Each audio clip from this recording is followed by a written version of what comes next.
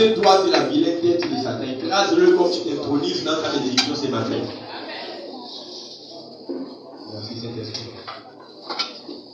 Il est 10h40. Est-ce que vous ne pouvez pas décider maintenant comment on respecte le temps? Il est 10h40, j'ai commencé la prédication.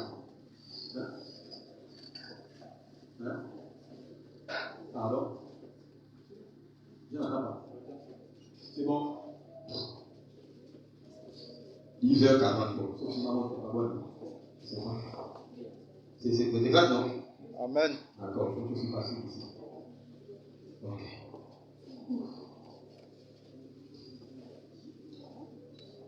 Le verbe me choix de saisir le verbe sur l'esplanade de l'ambassade de la grâce dans le contexte de notre culte dominical.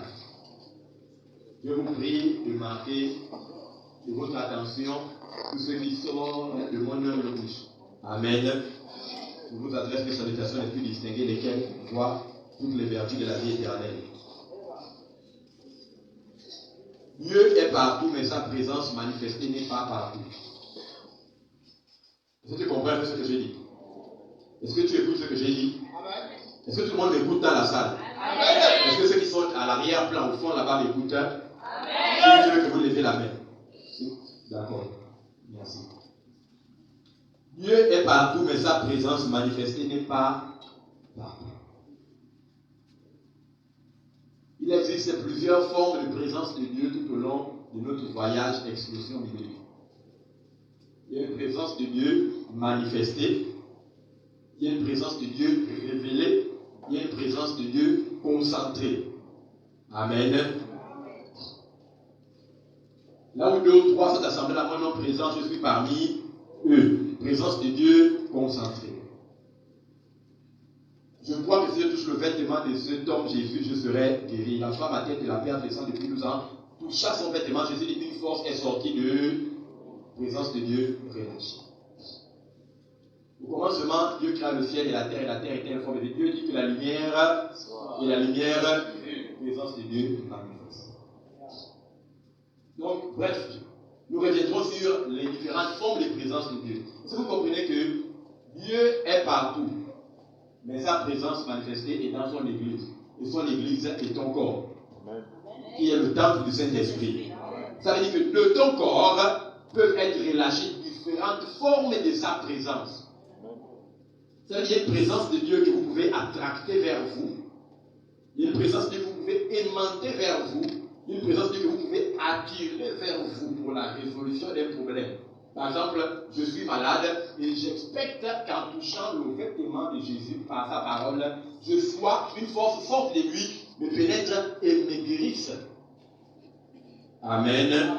Ma foi amène sa présence de Dieu à être relâchée pour mon besoin. Est-ce que vous comprenez pourquoi le culte doit se préparer? Amen.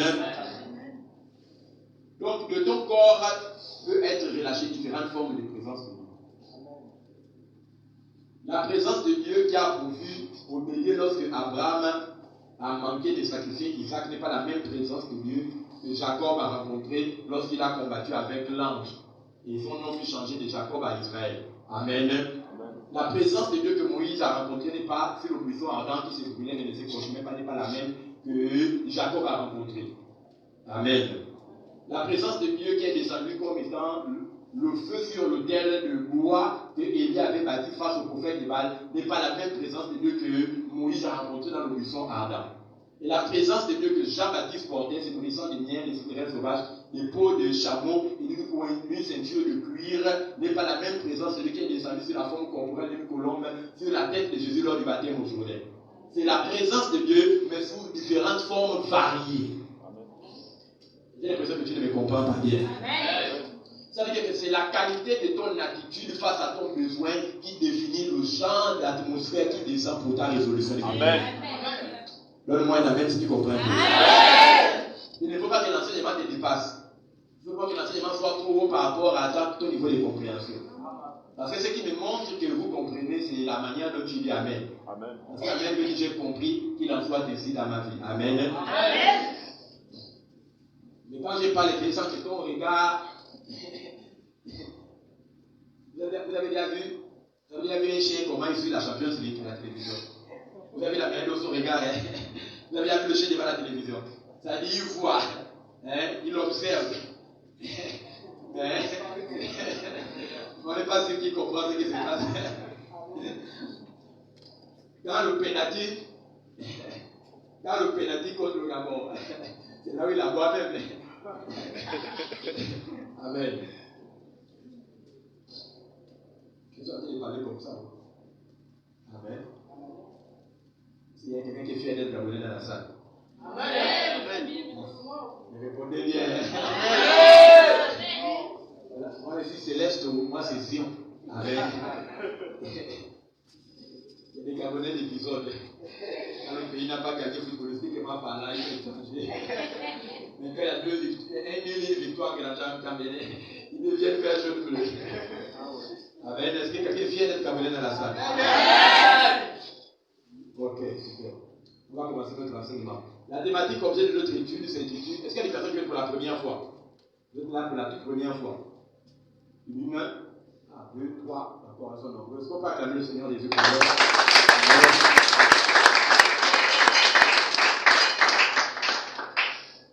D'accord, à cause que vous me permettez rapidement de faire un petit retour en arrière avant de toucher les nouvelles clés pour le succès 2022. On est d'accord, non? Celui qui va aller loin maintenant, ça monture. Et pour mieux sauter, il faut mieux reculer. D'accord. Donc, la thématique objet de notre étude pour l'an 2022, la thématique qui délivre toutes ces expectatives et ces résultats dans notre vie, s'intitule comment? 2000. Je ne t'entends pas. Est-ce que le diable peut avoir le tympan percé comme tu dis ça? Voilà. Il dit ça avec autorité, audacité, avec conviction. 2022, l'année de mes résultats. C'est durable. Amen. Ça dure si vous restez dans la présence de Dieu. Amen. Psaume 91. Celui qui demeure sous l'abri du repose à c'est alors qu'il dit non, tu es mon rocher, ma forteresse, le lieu en qui je me confie. 1000 tombent à ton, 10 000 à ta, je ne serai pas. De tes yeux, quand tu demeures, tu verras et tu regarderas la rétribution des méchants. Ils te feront là, ils te verront. Ça, c'est quand tu demeures. C'est bien, c'est vraiment bien de le aller des résultats durables. Ok. Donc, 2022, mon année de résultats concrets. Vous avez défini étymologiquement, vous avez défini prophétiquement dans l'an 2022. Vous avez dit que lorsque nous faisons la sommation des chiffres du nombre 2022, cela donne 2 plus 2 plus 2. Additionné de 0, ça fait 6. Or, nous avons dit que 1 en numérologie égale l'unité. Et la solitude, naturellement, 2, l'agrément, l'accord, la concertation, le témoignage 3, la perfection 4, le ministère international des œuvres gratuites de Dieu 5, la grâce, la rédemption, le sang, l'avertissement et 6, la perfection. Dis avec moi la perfection. Donc la sommation des chiffres du nombre 2022 donne 6. 6 veut dire l'homme parfait. Dieu a créé l'homme en 6, le 6e jour. Il dit que puis le 6e jour, Dieu vit que tout était parfait. Oui. Le 7e jour, il fait. C'est pourquoi ta vie doit être parfaite dans cette année au nom de Jésus. Amen. Amen. Donc, ensuite, nous avons défini les mots-clés de l'année du terme 2022 pour une année de résultats concrets. On avait défini l'année était un temps de révolution de la Terre autour du Soleil. Vous avez dit qu'une année, c'était un total de 365 jours, 366 jours, c'est l'année bissextile. C'est une somme de 52 semaines et c'était un total de 12 mois. Nous avons dit que un résultat est le produit d'une activité constamment dirigée. Est-ce que nous comprenons un peu? Ça veut dire que c'est la prise de conscience en 2022 qui apportera les résultats concrets. Est-ce que nous comprenons? Je reprends. Un résultat est le produit d'activité consciemment. Donc on ne croise pas le succès par hasard le 31 décembre. Qui nous amène à crier bonne année. Mais si le succès n'est pas croisé par hasard, le succès est le produit d'activité que nous consciemment dirigeons. Ça veut dire que le succès en 2022 procède de prise de conscience. Il y avait pas prise de conscience. Prise de conscience. Ok. 2 Corinthiens 5, 17 appuie ce que j'ai dit. La Bible dit, si quelqu'un est en Christ, maintenant, il est une nouvelle. Ça veut dire qu'il doit avoir maintenant une prise de conscience pour que, bien que vous soyez en Christ depuis longtemps, maintenant, vous soyez une nouvelle créature. Est-ce que tu comprends un peu? Donc, il doit avoir une prise de conscience. Ok.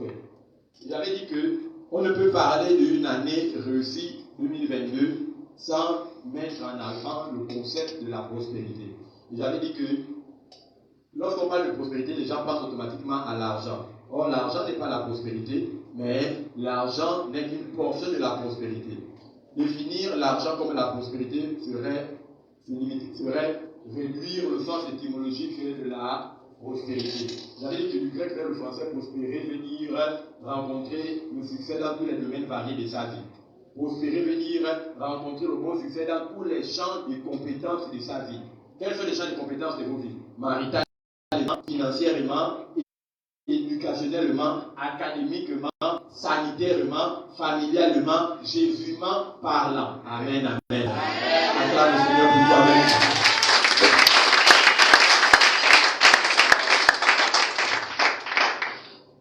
Donc, sanitairement, les médecins te disent que ce n'est pas bon. Il n'y a plus d'espoir. Ngangama parlant, le tradit pâtissier te dit non, ce n'est plus possible. Amen.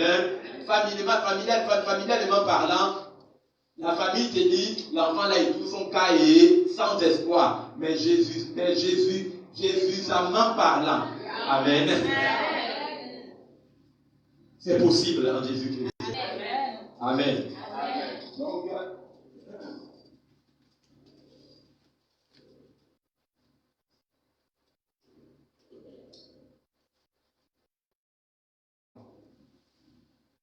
j'avais dit que ici, on dit, je vous aime à tous et que tu sois en bonne, qu'on prospère l'état de nom. Il y a combien de types de prospérité? 3. Donc la prospérité est tricamérale. Ça veut dire qu'elle a 3 sens. Prospérer dans son esprit renvoie à la nouvelle naissance de Jean 3,16. Dieu a tant aimé le monde qu'il a donné son Fils, afin que quiconque croit lui ne périsse pas, mais ait la vie. Prospérer dans son esprit veut dire avoir la nouvelle naissance de Jean 3,16. Prospérer dans son âme vient de Romains 12,2, le renouvellement de notre système de pensée. Prospérer dans son corps procède d'Ésaïe 53,5. Par cette meurtrissure, nous avons été. Ça veut dire que la prospérité touche tricaméralement votre esprit par la nouvelle naissance, votre âme par le renouvellement du système de pensée et votre corps par la santé divine. Donc Dieu veut que ton esprit soit sauvé, ton âme soit disciplinée, ton âme soit renouvelée et que ton corps soit discipliné. Car dans ton esprit, il y a l'infirmité. Dans ton âme, il y a la maladie, mais dans ton corps, il y a la douleur, le mal et le malaise. Est-ce que tu comprends un peu? Tu n'es pas un être tripartite. Ça veut dire que tu n'es pas esprit, âme et corps. C'est un concept philosophique que les pasteurs ont repris parce qu'ils sont ignorants. Dieu merci, tu as l'ambassade de la grâce. Amen. Mais si tu n'es pas un homme tripartite, tu es un être tridimensionnel. Ça veut dire que tu n'es pas esprit, âme et corps. Mais tu es un esprit qui a une âme et qui opère dans un corps. Ton corps est dans ton lieu d'habitation. Jésus dit, Matthieu 5, 11, que les yeux de l'homme font la fenêtre de son corps. Ça veut dire que l'homme esprit que tu es regarde le monde extérieur au travers des yeux qui sont ta fenêtre. Est-ce que vous comprenez un peu de quoi il est? Si le pasteur Louis-Méry décédait et qu'à côté de lui, il y avait également un voleur, on ne dirait pas le cadavre mort du pasteur Émery Louis-Méry est décédé. Amen. On dirait non, il est décédé. Pourquoi? Parce que le véritable moi, ce n'est pas mon corps. Mais le véritable moi, c'est celui qui est à l'intérieur de mon corps. En vérité, vous me regardez, mais vous ne m'avez jamais vu. Amen. Amen. Amen. Tu me côtoies, mais tu ne me connais pas. Est-ce que tu comprends un peu de quoi il est question? C'est pourquoi il faut mieux connaître Jésus. Il faut connaître Jésus pour mieux vous connaître en Christ. Amen. Parce que ce qu'il est, c'est ce que tu y es. Amen. Ce qu'il a, c'est ce que tu y as. Et ce qu'il peut faire, c'est ce que ton esprit qui est toi peut faire. Amen. Donc ce que ton corps n'a pas n'est pas ce que ton esprit n'a pas. c'est que ton esprit n'est pas ce que ton corps n'est pas. Ce que ton esprit peut faire ne définit pas ce que ton corps ne peut pas faire. Ton esprit est plus grand que la planète Terre, mais ton corps peut rester dans une chambre. Amen.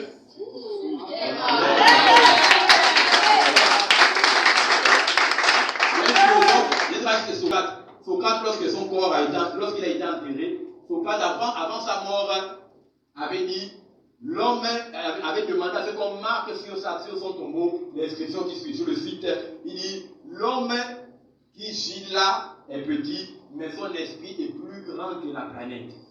Est-ce que vous comprenez? Ça, c'est un homme qui ne fonctionnait pas et n'opérait pas dans la compréhension totale de ce que nous avons en Christ. Il dit, mon corps gît là, mais mon esprit est plus grand que toute la terre. En Christ Jésus, il n'y a pas de limite excepté celle que vous vous imposez. Amen. Il n'y a pas de limite. Plus loin tu peux voir avec tes yeux spirituels et familles, plus grand tu pourras avoir avec ton corps physique. Est-ce que tu comprends? Si c'est possible dans tes pensées, cela devient possible dans ton corps physique. Amen. Tu n'es pas guéri parce que tu es conscient de l'existence de la maladie dans ta pensée. C'est pourquoi les médecins doivent t'anesthésier pour que tu puisses dormir dans l'extension que ta conscience s'endorme pour que ton corps ne ressente plus la douleur. Ça veut dire que donc le corps n'exécute que la douleur que l'âme ressent parce que tu penses à la douleur.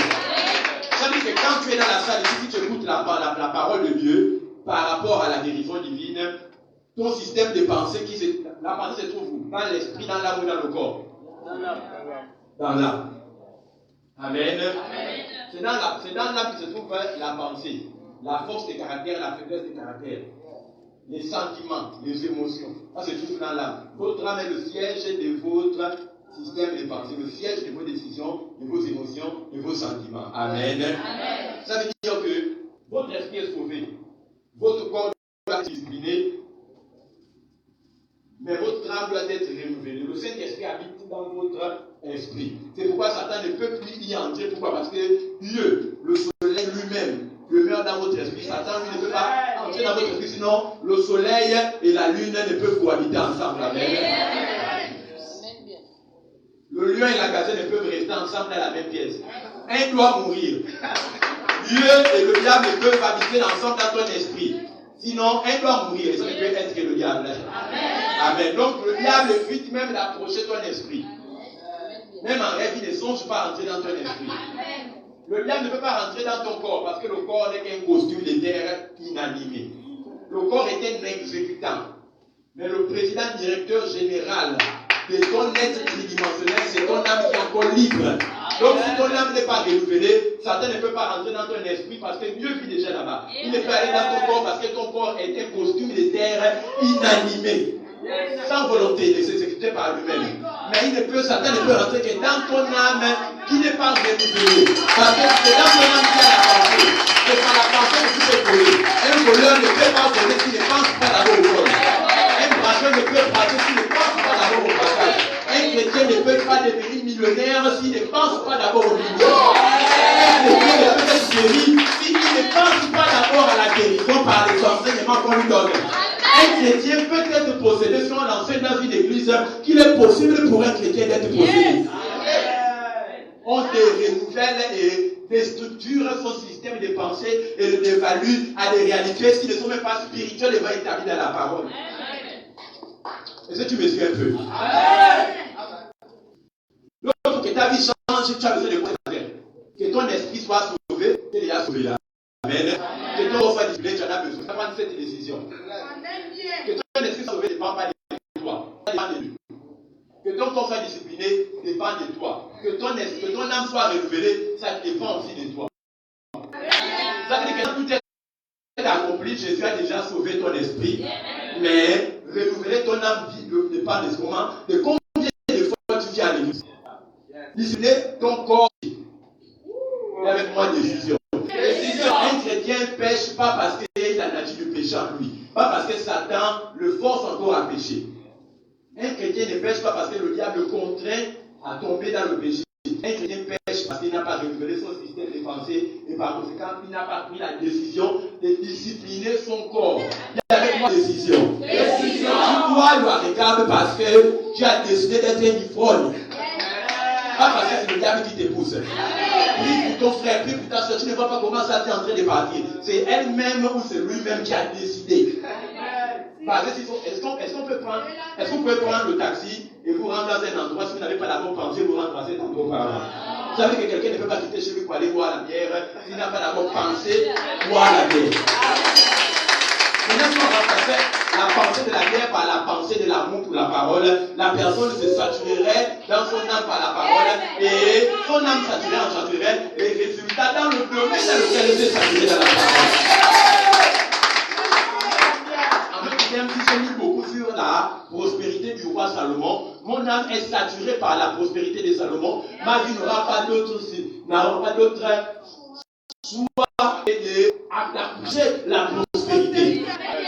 Ça veut dire que c'est ce qui rentre en vous qui détermine ce qui sort de vous. Le ciel ne peut pas vous donner sur terre quelque chose qui n'est pas d'abord fort, qui n'est pas d'abord entré en vous. Est-ce que nous comprenons? Finalement, nous allons prier Dieu pourquoi? Finalement, nous allons prier Dieu pourquoi? Tout a été déchargé dans l'esprit. Mais c'est la prise de conscience par la parole de ce qui est dans ton esprit qui te fait manifester dans ton corps ce qui est déjà assis depuis longtemps dans ton esprit. Le travail est dans ton esprit. La prise est dans ton esprit. Le succès est dans ton esprit. Le statut de célébrité, des stars, d'icônes, de légendes est déjà dans ton esprit. La voiture que tu dois construire, la première voiture, médicament, est déjà dans ton esprit. L'avion conçu par un Gabonais pour la première fois est déjà dans ton esprit. Cette cité, cet immeuble est déjà dans ton esprit. Ce voyage est déjà dans ton esprit. Mais c'est juste que ton esprit doit maintenant transférer dans ton âme par la compréhension et la prise de conscience des vérités spirituelles profondes dans la parole, ce que ton esprit avait à magasiner et qui doit maintenant passer dans ton âme pour que cela puisse affecter ton corps dans le physique. La vérité se trouve au ciel, mais se trouve dans ton esprit actuellement. Mais au fur et à mesure que tu médites avec moi, méditer sur Ésaïe 53, 5, passez que tu dis, j'ai déjà été guéri. Tu seras guéri. Tu es guéri.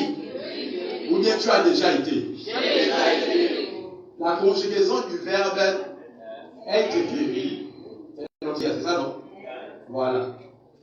Au futur, au présent ou au passé définit la rapidité d'exécution de la guérison dans ton corps.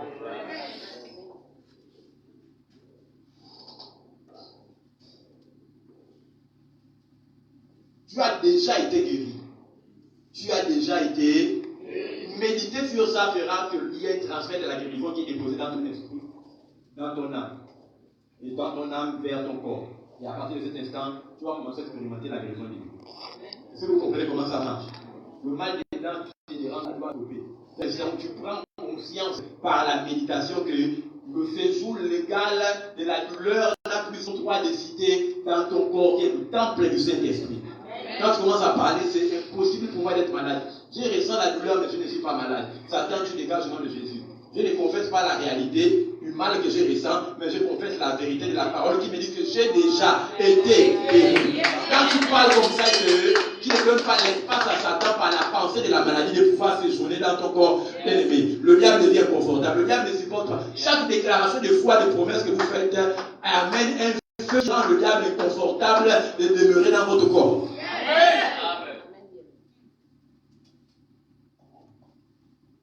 Bien-aimé, la parole de Dieu est plus forte que Jésus.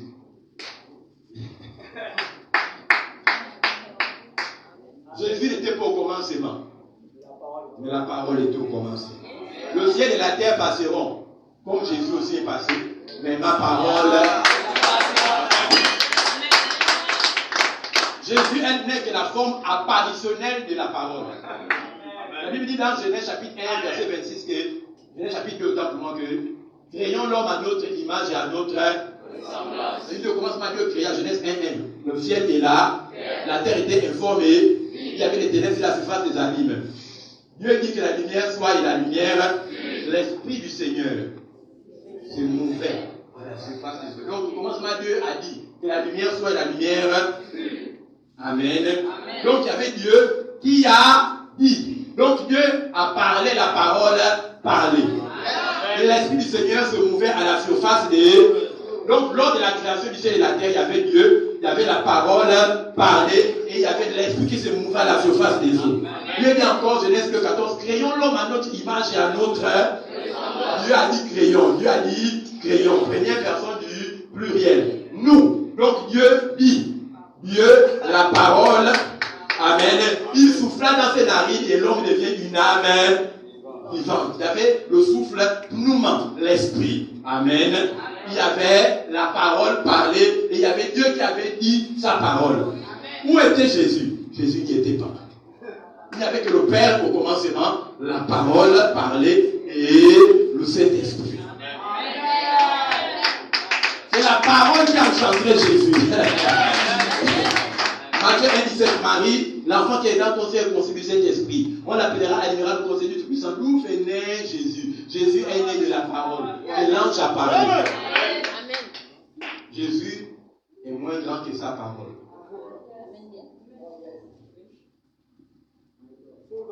Est-ce que tu comprends un peu ça?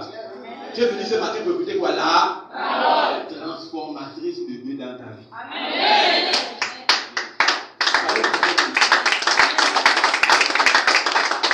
Comme nous regardons à son image dans un miroir, nous sommes transformés par sa parole. Dans cette version, nous sommes métamorphosés. Est-ce que vous comprenez ce que ça veut dire métamorphose? Transformer une chose n'est pas ça métamorphose. La métamorphose, c'est comme un changement de nature. Amen. Ce n'est pas la traduction d'une nature, c'est comme un changement de nature. Métamorphose. Tout papillon volant dans le ville fut jadis une chenille rampant sur les branches d'un arbre. Mais vous ne pouvez pas dire à un papillon aujourd'hui qu'il est une chenille aujourd'hui. Parce qu'elle a été rampant, l'autre était un voltigeur. Est-ce que nous comprenons? Ce fut jadis, mais ce n'est plus actuellement. Tu as été pauvre, mais tu ne peux pas être pauvre aujourd'hui. Tu as été malade, au son de ma voix, il ne peut pas exister la maladie dans ton corps. Tu peux expérimenter les symptômes qui sont la volonté de l'ennemi à te convaincre par sa ruse que tu es malade. Mais les symptômes ne veulent pas dire que tu es transporteur de la maladie. Jamais de la vie. Jamais de la vie. Jésus dormait. Les gens pensaient qu'il était mort. Comme toi, tu ressens les symptômes et les médecins disent que tu es malade dans les diagnostics. Tu ne m'as pas compris. Tu ne m'as pas bien compris. Amen. Je réponds. Jésus dormait. Les gens disaient qu'il était mort. Lazare a été dit de Jésus que Lazare dort. Mais les gens disaient que Lazare était mort. Comme les gens, toi tu n'as que les symptômes et les séquelles.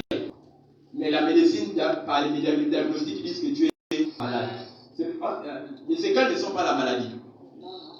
Quand un enfant a les boutons autour de la lèvre, ça veut dire que le palu normalement est terminé dans son corps. Est-ce qu'on comprend? Maintenant, ça tu pries contre le palu, quand normalement c'est terminé, Dieu ne va pas t'empêcher de transpirer inutilement. C'est ton choix. Amen, amen. Voilà. Tu n'es pas le pauvre qui essaie d'être riche, tu es le riche que Satan essaie de convaincre par le manque que tu es dans la pauvreté. Tu n'es pas la stérile qui essaie d'avoir un enfant. Tu es déjà la féconde que Satan essaie de convaincre par le retard de ton enfant. Que tu es stérile. Tu es béni, donc tu es là, tu es béni. Pardon, lève-toi d'abord, essaie un peu de te mentaliser. Mais non, mais ça c'est à toi, tout le temps. Si tu ne crânes pas dans sa présence, tu crâneras où alors? Essaie un peu de te mettre en haut, mets-toi en haut, mets-toi un peu de la valeur. Sponsorise un peu ton loup. Amen, amen. Est-ce que tu peux marcher comme un roi dans la salle? Marche un peu avec audacité, autorité, avec confiance. Mais regarde pas avec le bébé. Il y a d'autres qui sont en train de pleurer. Parce que c'est qu'on dit les choses en même temps. Moi, on va dire comme étant la célibataire qui se marie. Comme étant la stérile qui enfante. Moi, comme la dimension de PDG, président de l'école générale des maladies. Est-ce que tu peux t'imaginer de partir pour l'enregistrement vol international pour les États-Unis, pour la France, pour la Belgique? Est-ce que tu te composes maintenant comme ce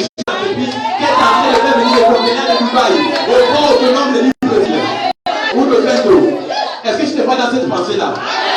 Si tu te conçois dans cette pensée, même que tu te comportes comme tel, ensuite, limite de façon prophétique. Marche dans la salle, donne des ordres. Dis à ton chauffeur, dis à ton cuisinier, dis à ton chef cuisine, dis à tes ménagers, tes employés du foncier. Prophétiquement, parle. Et les montrer qu'elle est manocala. Si sont comme ouvre le portail, il faut parler prophétiquement. Si sont comme ouvre le portail,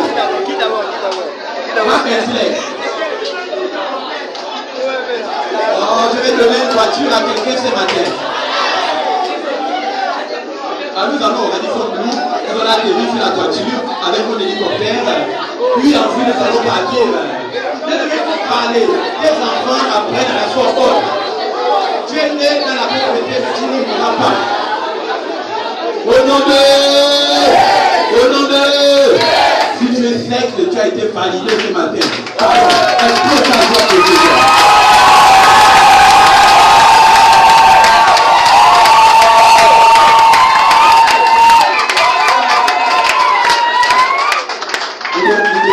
Ne dérangez pas le fils, venez vous asseoir chez vous.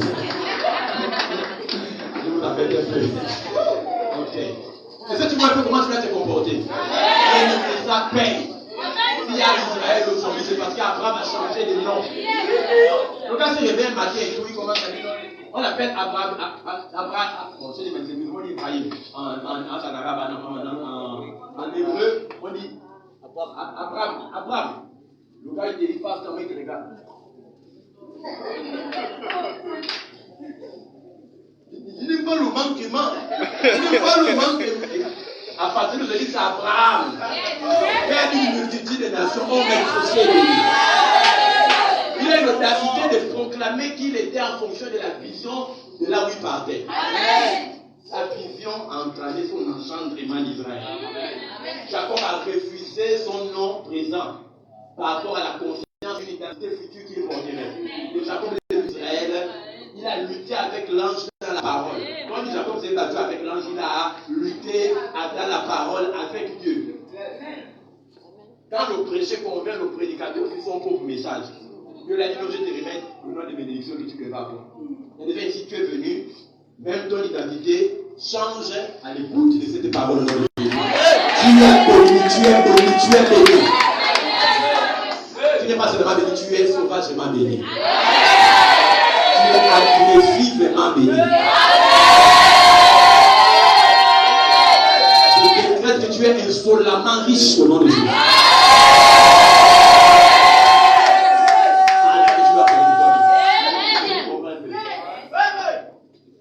On arrivait dans un endroit posé ici. Je suis invaincu, imbattable, intouchable, impénétrable par les attaques de l'ennemi. Je suis un succès. Nous avons 9 provinces seulement et trop petit pour contenir mon aura.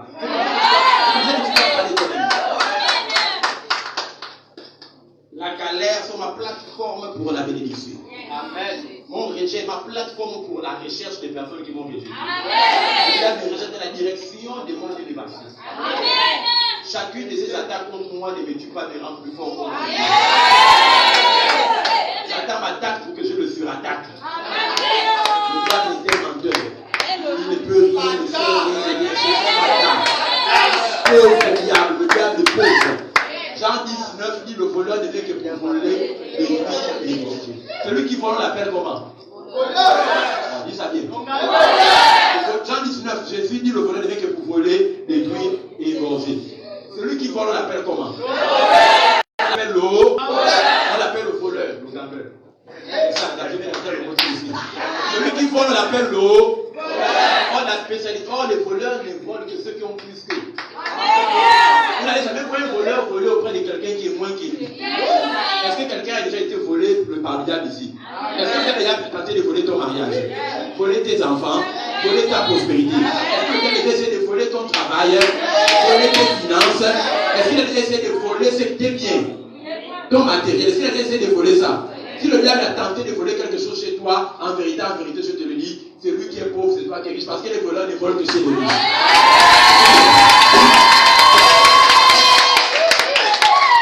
Deuxièmement, la pauvreté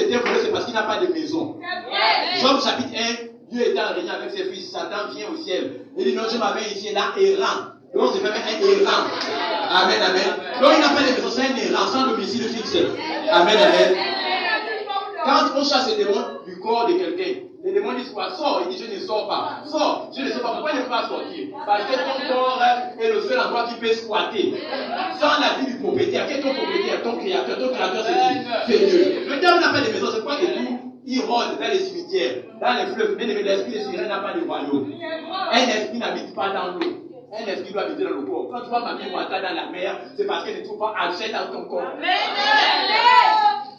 C'est lorsque les démons ne peuvent pas trouver la place dans un corps, comme dans le démoniaque de Gédara, ils vont maintenant rentrer dans les moutons, dans les champs. Il y a des champs qui miaulent la nuit auprès de ta fenêtre. Ce n'est pas un mauvais signe. C'est la preuve qu'il n'a pas accès à ton corps.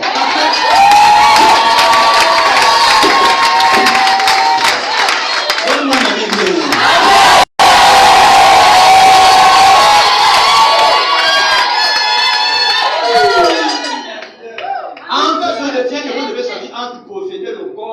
Du pasteur bébé, rien qu'un grand détail, mignon, élégant.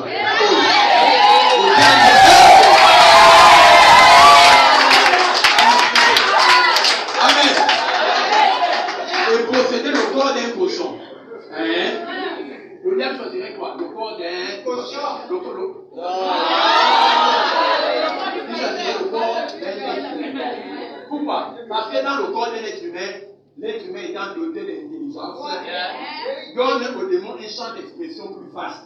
Un cochon étant limité dans son champ d'expression et ayant une intelligence confinée, fait que les démons ne peuvent opérer que dans le cochon en fonction de l'intelligence disponible dans le dit cochon.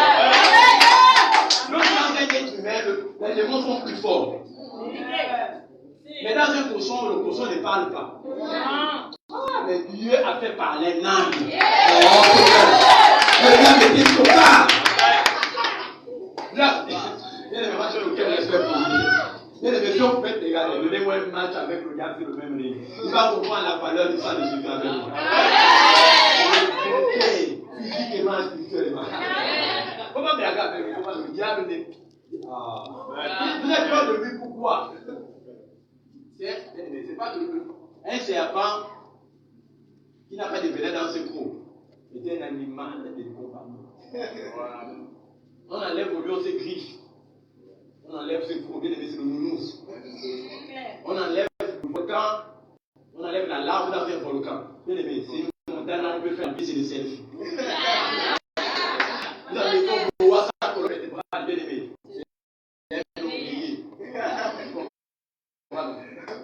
Le diable n'a aucun pouvoir. Il a des pouvoirs. La Bible dit que la mort et c'est mort enlevé par Jésus de ses mains. Ça veut dire que même l'esprit de moi, là, le diable ne fait pas mourir. La Bible dit quoi? Mon peuple meurt faute de connaissance. Donc l'esprit de moi, ce n'est pas les démons des sorciers. C'est la connaissance des démons. Donc quand les gens prient contre le diable, nous allons prier contre l'esprit de mort. Il n'y a pas d'esprit de mort. C'est l'esprit d'ignorance qui te tue. On ne chasse pas l'esprit d'ignorance avec je viens contre toi au nom de Jésus. Non, par la parole. Est-ce que tu peux dire amen?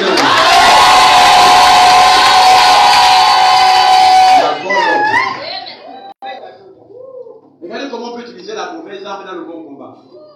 Toi, tu as animé des mauvaises coups. Parce qu'avec il veut là pour me dire que le tête est avec ton pas acclamer pour lui. Je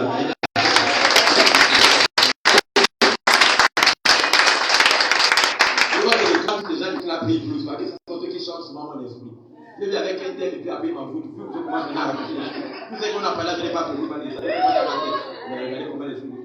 J'ai fini le moment, je n'ai pas fait mon thème.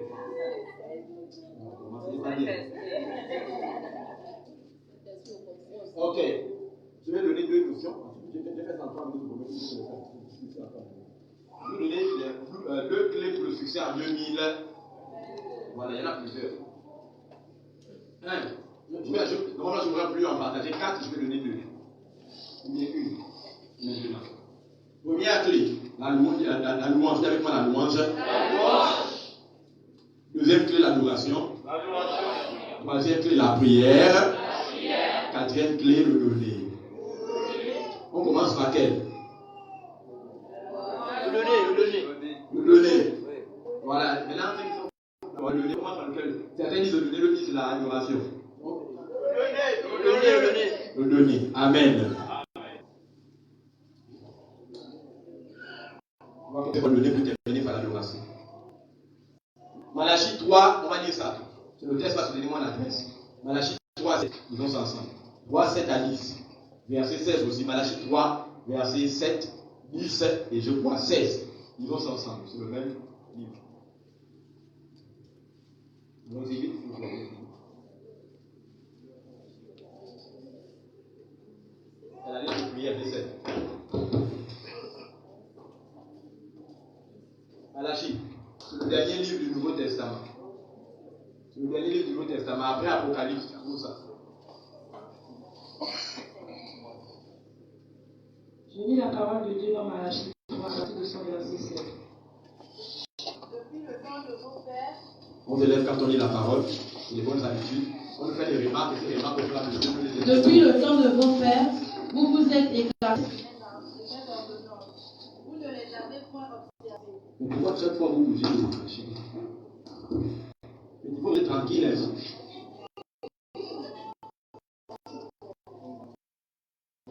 Depuis le temps de vos pères, vous vous êtes écartés de mes ordonnances. Vous ne les avez point observées. Revenez à moi, et je reviendrai à vous. Dieu te dit de revenir à lui. Amen. Là, on va voir. Dit l'Éternel des armées. Et vous dites en quoi devons-nous revenir? Un homme trompe-t-il Dieu? Car vous me trompez, et vous dites en quoi t'avons-nous trompé? Dans les dîmes et les offrandes. Amen.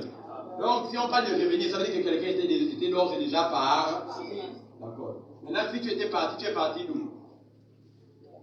Donner la dîme et les offrandes entraîne quoi? L'ouverture des écluses des cieux. C'est ça, non? Menacement du sauveur. Donc, si tu étais parti, tout ceci est combiné comme étant la bénédiction. Quand Dieu dit revenir, ça veut dire ça, cela sous-entend que quelqu'un était déjà parti. C'est-à-dire que donc quelqu'un peut laisser la position de béni pour opérer comme un maudit, étant en Christ. C'est une rime, hein?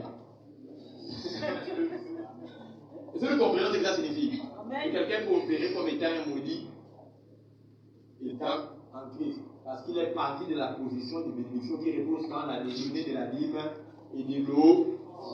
Maintenant, s'il dit revenez de la position de maudit pour la position de béni, pour opérer dans le don de la dîme et de l'eau, ça veut dire quoi simplement?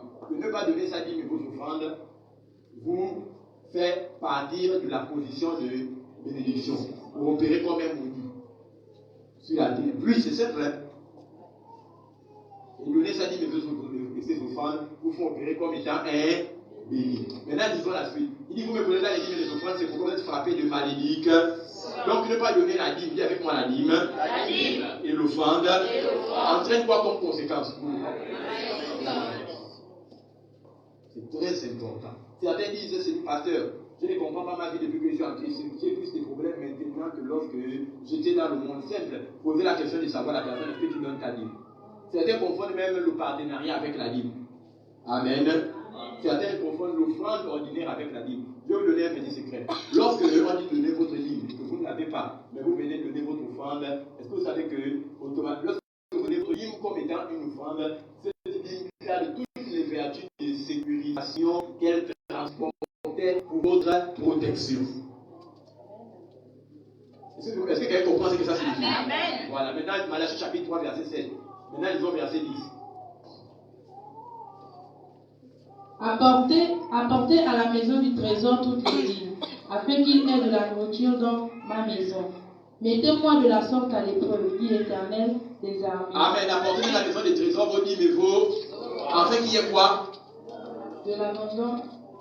Afin qu'il y ait de la nourriture dans ma maison. Donc, quand j'apporte ma dîme et vos offrandes, c'est pour qu'il y ait quoi? La nourriture dans la maison. Maintenant, je vais poser une question. La maison de Dieu ici, c'est quoi? Hein? On reprend. Reprenons ensemble. Apportez à la maison des trésors, vos dîmes et vos, afin qu'il y ait de l'abondance dans ma maison. Maintenant, c'est quoi la maison de l'Éternel? l'église. Maintenant, c'est quoi l'église? C'est moi. Donc, quand vous apportez la dîme, vous la donnez à qui? À moi-même. Ce n'est pas à toi. Si c'est toi qui apportes, ce n'est pas à toi que tu donnes à moi. Si vous apportez vos dîmes, vous la donnez à qui? C'est pas à Dieu. C'est au pasteur. En qui Dieu vit. Maintenant, je vais expliquer quelque chose. Amen. Pourquoi? Parce que la Bible dit que nous sommes sacrificateurs. La Bible dit, donnez-moi le texte. 1 Pierre 2,9, nous sommes un sacerdoce, un peuple mis à une nation sainte, une race. Donc nous sommes tous des sacrificateurs. Royal. Amen. Est-ce que nous comprenons? Voilà. Donc, Hébreux 7 dit que tout sacrificateur a une offrande, tout souverain sacrificateur a une offrande à donner. Et Christ, étant souverain sacrificateur selon l'ordre de Melchisédek, reçoit nos offrandes, le fruit de nos lèvres qui confesse son nom, nos louanges, nos adorations, nos intercessions et nos dîmes. Donc, ce sacrificateur aussi doit avoir quelque chose à présenter sur l'autel dit Hébreu. Amen, amen. Est-ce que nous comprenons maintenant? Amen. Normalement, dans le fonctionnement du paiement de la dîme est donnée au souverain sacrificateur. Le souverain sacrificateur lève la dîme des dîmes et la redistribue entre sacrificateurs. Amen. Si c'est la première fois que tu entends ça, je suis désolé, mais c'est comme ça que ça fonctionne. Est-ce que nous comprenons bien? Ah, il faut dire quelque chose qui appelle un peu. Ça va? Amen. Ça va, donne-moi un amen bien. Ok. Maintenant, apportez la maison des trésors, vous dites, mais vos offrandes, mettez-moi de la sorte à l'écoute, si tu ne veux pas beaucoup des écluses, des cieux. Si tu ne menaces pas l'eau, ça dit que ne pas donner la dîme et les offrandes, en fait, il y a l'abondance. Donc la maison de Dieu doit avoir quoi là? Il doit avoir le monde. C'est quand seulement il y a l'abondance que maintenant, Dieu peut ouvrir les écluses des cieux et menacer le dévoreur. Ça veut dire qu'en fait, les projets dans l'église, lorsqu'on dit qu'on aura besoin de 1 million pour un projet par exemple, il devrait rentrer à la fin de la collecte normalement 2 millions. De façon à ce qu'il y ait tellement d'abondance qu'il y ait plus que ce qui était requis pour la réalisation du projet. Lorsqu'on se retrouve dans cette situation-là, elle dit que Dieu est obligé d'ouvrir les églises des cieux et de menacer le dévoreur dans la vie des personnes qui prient. Donc, tant que vos données n'ont pas amené l'abondance, il ne peut pas avoir de percées financières dans l'assemblée. Est-ce que nous comprenons comment ça se passe? Amen. Oh, moi j'ai donné. Non, ce n'est pas que tu as donné. C'est qu'il y a l'abondance dans la maison des trésors qui entraîne l'ouverture des églises des cieux et le menacement du dévoreur. Amen. Amen. Maintenant, Malachie 3,16, disons ça ensemble. Je vais terminer là. Malachie 3,16. Alors, donnez le micro. Alors ceux qui craignent l'Éternel se parlèrent l'un à l'autre. L'Éternel fut attentif et il écouta. Et un livre de souvenirs fut écrit devant lui pour ceux qui craignent l'Éternel et qui honorent son nom. Amen. La Bible dit honore l'Éternel avec tout est bien. Est-ce que vous savez quand vous donnez ici à Dieu l'offrande de la dîme, vous honorez Dieu? Et la Bible dit qu'il y a un livre de souvenirs. Il y a deux livres. Il y a le livre de vie. Il y a le livre des... Chaque offrande que vous donnez, le montant que vous donnez, quand vous offrez financièrement à Dieu, la Bible dit que c'est écrit dans un livre que Dieu a qu'on appelle le livre des souvenirs. C'est en regardant ce livre que Dieu peut se souvenir et Dieu dit maintenant tu mérites ça, basé sur ton donné. Dieu nous aime pour ce que nous sommes, mais il nous bénit pour ce que nous faisons dans sa maison. Est-ce que nous comprenons? Donc si tu veux expérimenter le succès en 2022, ce n'est pas qui tu es qui importe, mais c'est ce que tu donnes dans la maison de Dieu pour l'avancement du royaume qui détermine ce que tu deviens. 1 Corinthiens 8 dit plus, Dieu aime celui qui donne avec joie. Il est le Dieu qui donne la sémence au Seigneur bénit ceux qui n'ont pas donné. Non, ça n'existe même pas. On vous fait plaisir quand la personne dit ça, mais bibliquement vous n'êtes pas béni du tout. Parce que ne pas donner l'offrande veut dire que Dieu qui donne la sémence au Seigneur ne vous a rien donné. Amen. Moi, la Bible dit que le lit des champs même, Salomon dans sa gloire n'a pas été vêtu comme eux. Ils ne sèment ni ne récoltent, mais pourtant, ils sont plus beaux que Salomon au jour de sa gloire. Si Dieu les donne aux oiseaux de faire la nourriture, eux qui ne sèment ni ne moissonnent, la plus raison toi. Si tu es debout pour me dire aujourd'hui, ça veut dire que tu as eu de quoi manger. Et si tu as de quoi manger, ça veut dire que tu as eu de quoi offrir une offrande à Dieu.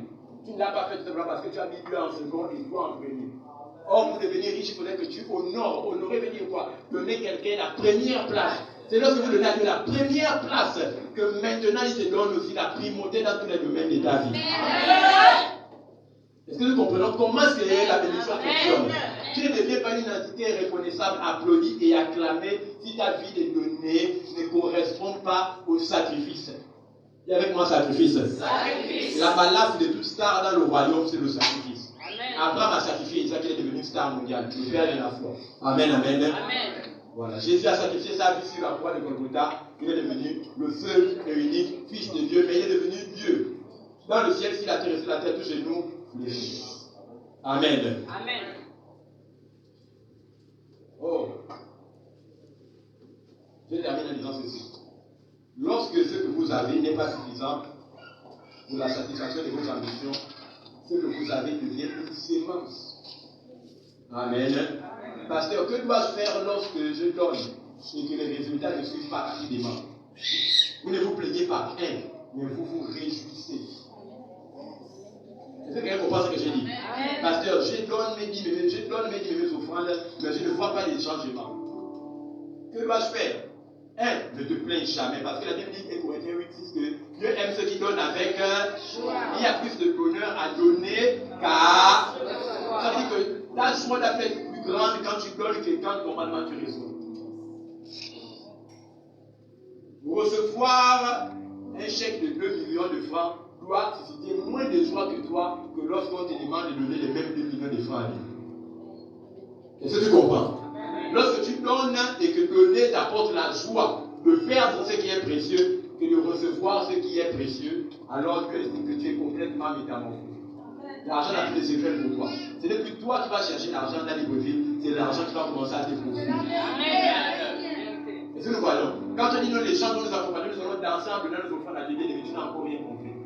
Mais quand tu viens, tu donnes ton offrande, un chrétien, un croyant qui cache son offrande lorsqu'il la donne, vous voyez déjà avec la main comme le père Cafou. Quelqu'un a tellement honte de son offrande parce que l'offrande qu'il donne n'est pas une offrande qu'on honore Dieu. D'autres offrandes, vous voyez quelqu'un qui veut sceller le macro.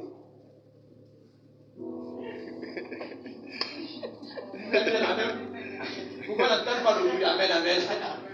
Comment l'offrande qui génère ta bénédiction, tu peux en avoir honte? Quand vous avez obtenu le bac, il y a entre nous au quartier pour que les gens ne sachent pas qui l'a gagné. Personne. Vous avez obtenu le bac avec une mention excellente. Quand vous arrivez dans le quartier, tout le monde, on n'a pas besoin de te demander si tu as gagné. Quand on voit ce matin à 6h30, ton t-shirt, la main, l'autre tu es froissé. Avec ce photos sur la chemise, on sait que c'est validé pour lui. Amen, amen. Mais ton offrande valide ton succès financier. Ça veut dire que ta vie ne peut pas aller plus grand que ton offrande t'est donnée. Votre vie n'ira jamais plus loin que votre offrande. Est-ce que nous comprenons de quoi il est question? C'est ça. Donc chacun peut définir en donnant naturellement les résultats. Qui sème peu, moissonne, c'est clair. Vous ne pouvez pas mettre 2 noyaux de mangue au sol et vous attendre une plantation de manguiers un an après. Vrai faux. Mais si vous plantez 10 manguiers, vous êtes sûr et certain que 10 noyaux de mangue, vous êtes sûr et certain que vous aurez 10 manguiers après. Ça veut dire quoi? Que normalement, c'est pourquoi je ne dis pas non, si Dieu me dira. Si ce n'est pas ça, Dieu me dira. Parce qu'il faut se souvenir. Joël 22, 28 dit à tes résolutions répondront le haut. Si tu décides le haut dément, agressif de mes sauvages, tu as des niveaux dément.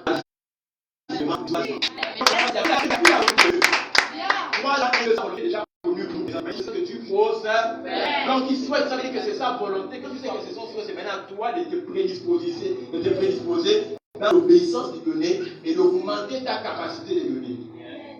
Donc, quand c'est que je n'ai pas correspondant à mes attentes, je donne tout le long de mon chemin vers la prospérité financière. Mais quand c'est que je n'ai pas correspondant, n'est pas suffisant pour la satisfaction de mes besoins, j'améliore ma qualité de donner. J'améliore mon offrande. Et alors, la réforme sera plus grande que ce que j'avais avant pour la satisfaction. Les besoins que je ne pouvais pas satisfaire avant. Est-ce que tu as compris un peu? Lève-toi, acclame le Seigneur Jésus. Nous sommes dans les temps de on a terminé. Il est 11h27. Lève-toi, nous allons prier. j'ai écouté des personnes sur la ligne de prière. Il y avait ma ligne de prière. Ligne de prière. Je ne veux pas faire des services pour dire que ça prend beaucoup de temps. Hein? Non, je réserve ça pour le 4e culte. Kumba, Niponga, où est-il? Où est-elle? Kumba, Niponga, où est-elle? D'accord? C'est la même personne, les carrés, c'est toujours moi. D'accord?